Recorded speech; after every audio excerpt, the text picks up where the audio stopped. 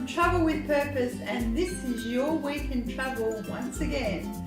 Today I'd like to share a nice happy story, and as you know, we do presentations in the office, and this particular evening we had a presentation on river cruising, and we had this lovely gentleman who's been a client of ours for many years come in and sat down and watched it, and at the end we all sit around or gather around and talk about potential travel, etc. And he just flippantly mentioned that a dream of his was to go to Antarctica. So guess what we do? Why not? Oh, I'm too old, I don't think I'll get insurance. Let's try. So the next day, in comes the client and we go, okay, let's see if we can make this happen for you. And we made the booking. He had to do the medical stuff, went to the doctors, and the doctor said, I don't think you should travel. He comes in like you'd think the whole world had fallen around him. So we said, look, let's not give up here. Let's see if we can make this happen. So between the two of us, we tirelessly worked really hard to ensure that this beautiful client of ours was able to get to Antarctica. I don't know how many insurance companies I rang, but eventually we found an insurance company that would cover all his conditions that were previous conditions from a fair few years ago, so that was a saving grace.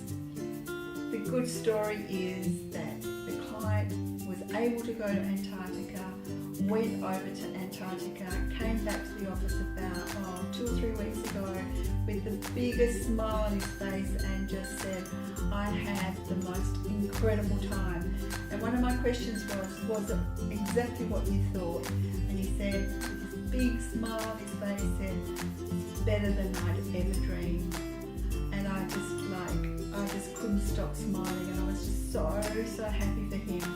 And he just kept giggling and remembering all the things that he'd done and experienced. And one of the things that he mentioned was that there was a 92-year-old woman from England that actually did the polar plunge. And if you don't know what the polar plunge is, it's basically getting down to your bathers and jumping into the icy Antarctic waters. Something that I'd considered, but I don't know if I'd be really brave enough, and I actually had to do it. So here she is, 92, and doing the polar plunge. And I said, would you do it? He goes, no way. He said, the funniest thing is when they jump into the water, you can virtually see like you see in the movies where they do the rewind back up onto the platform. So this gentleman's dream did come true. It was a little bit hard to get there, but we got there, and we actually helped him realise an absolute dream.